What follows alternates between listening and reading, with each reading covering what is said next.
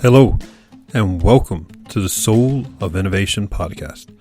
I am the host, Thomas Anglero, and my mission for this podcast is to share with you those private thoughts and reflections that I have, being one of the top keynote speakers around the world on technology, motivation, and innovation. I hope you truly enjoy all the lessons I share, all the dots I connect that sometimes are just really difficult to get out, but it's all for you. I truly hope you enjoy this episode.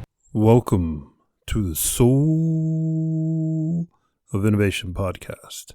I am Thomas Anglero, and I want to share with you a story about what happened to me recently. I was at this event, a lot of people from different ages, different levels of society, you name it, just a normal big event with a lot of people having a lot of fun. I was standing talking to this guy who's the CEO of a company. And this gentleman who I had never met before comes up, very shy, timid, and he introduces himself. I introduce myself, and I'm just having a good time, making fun of the CEO who I've known for a long time. And I told the guy, hey, man, just relax. This guy doesn't bite. The CEO doesn't bite. And he looks me dead in my eye. No hesitation. No humor. He says, I don't have that luxury. I stopped. I was wondering if he was joking. And I said, come on, you could joke with this guy, And still, he's staring at the CEO. He's not making any eye contact with me whatsoever. He goes, in a lower voice, I don't have that luxury. And then it hit me. My man, this guy is 45 years old plus. Okay, we're not talking about a kid right out of school who's intimidated by the boss being there. Never mind the boss, the CEO of the company being there. We're talking about a grown man who cannot be himself, who cannot attend a party and express himself. But he spends the whole time at the party staring at the CEO like a stalker, showing no emotion, not trying to have a conversation, just staring. Now, the problem wasn't just the staring. The problem was that he chose not to exist. He chose not to exist in 45 years old. So my question to you is this. Have you chosen not to?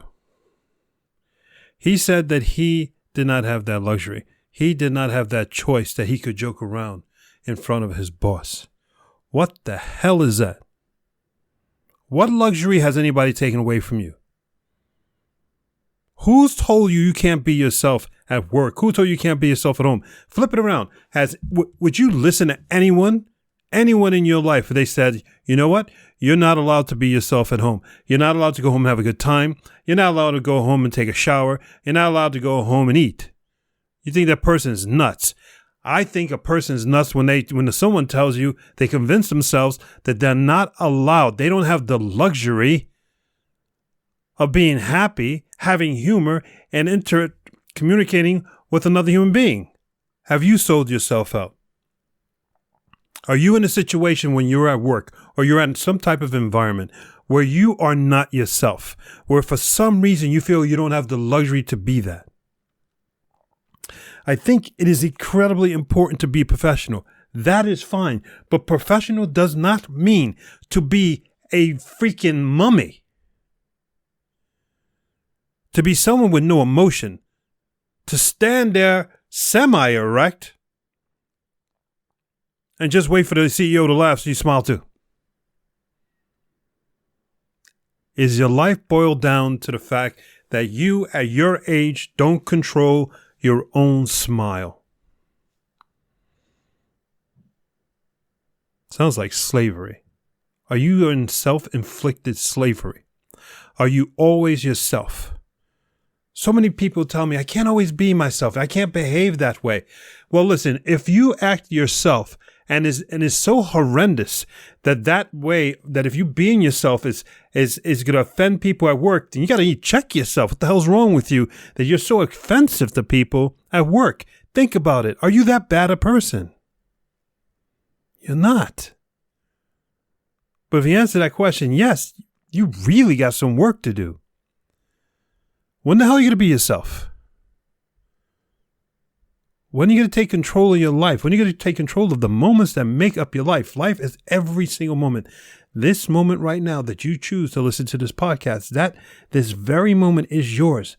No one's dictating to you that you can or cannot listen to this podcast. You made that choice. You're in total control. Congratulations. Seriously. More power to you. So why the hell don't you act like yourself when you're at work, you're at play, you're at school, you're walking down the street, you're in a bus, you're in a train, you're sitting in the grass in a field. You want to just laugh. Are you worried about other people that think about you? Why? Why is the obsession of what other people think about you so damn important? Every time you hold back from being you, every time you think about what someone else is thinking about you, they own you. You're a slave. And they didn't even pay for you. You're a slave. You wonder why there are amazing people around you. No one wants to be around somebody that is emotionless. It's not really themselves. Something's not right about you. Let's flip it around. This is a really interesting one.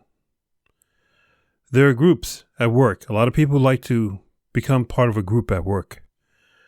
And then it becomes very cliquey. If you're not familiar with that expression, it means people form groups within a community. So within a community, you got all these different groups. You got, just for example, like people with red hair, people with blonde hair, people with black hair. They all group together. That's cliquey, right? Groups. You have groups at work. Those groups are places that people hide. Places that you hide. What stops you from going outside your group?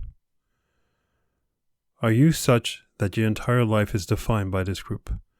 Or the 8 hours, 10 hours you're at work? Are you a slave to some definition, some boundaries that's been put up? Why do you have to be part of a group? Why do you have to do what everything that group says? Why do you have to go to lunch exactly when that group goes to lunch?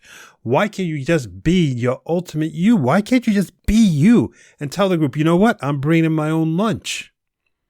While you guys are at lunch, I'm going to listen to a podcast. I'm going to read a book. I'll listen to an audio book. I'm going to get some more work done. Why don't you redefine what makes that group? And that group will turn that group into a reading group, turn that group into a poetry book group, turn the group into a singing group, turn them into a guitar group. But damn, do not conform. You're selling yourself out. You know, it's not hard to be an amazing person. It's not hard to be the person that everybody wants to fall in love with. You just got to be you, but you got to be brave enough to be you all the time. The thing is, if people see you and you're real cool and everything, and the times that you're alone, you're not cool. God forbid the person that falls for that trap, and now they're spending time with you and they realize, what the hell's wrong with you? Isn't that horrible? Or flip it around. You spend time with someone else, you realize, who the hell is that? Isn't this horrible? Don't sell yourself out. All the time be you. Do not think about what other people are thinking. One, they don't care. I guarantee you people don't care. And number two, they're envious. One thing I've learned in life. Your closest people to you, at times when you need sympathy and love, and times when you want to celebrate with joy, they'll be so damn envious. This is a constant. It's crazy. And those few people who aren't envious, those are people you end up marrying. Because they're amazing.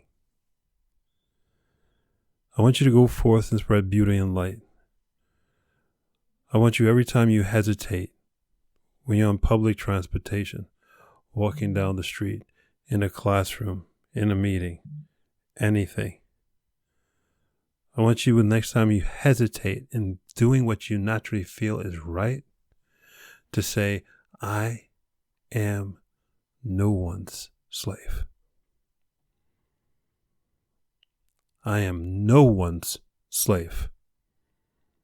Say that right now. I am no one's slave. You are free.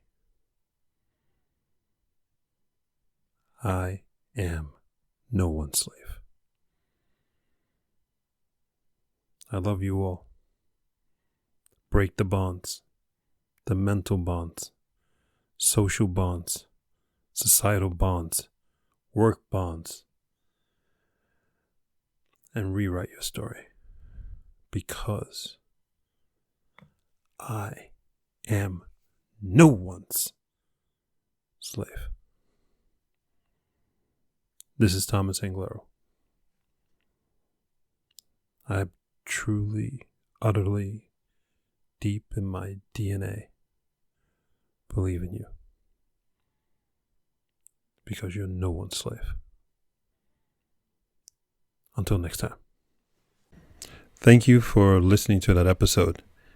If you want to contact me, you can contact me on my website at anglero.com, and you can also subscribe to the newsletter. Or you can find me anywhere on social media with Facebook, YouTube, Instagram, and Twitter. Thank you so much, and I hope to hear from you very soon.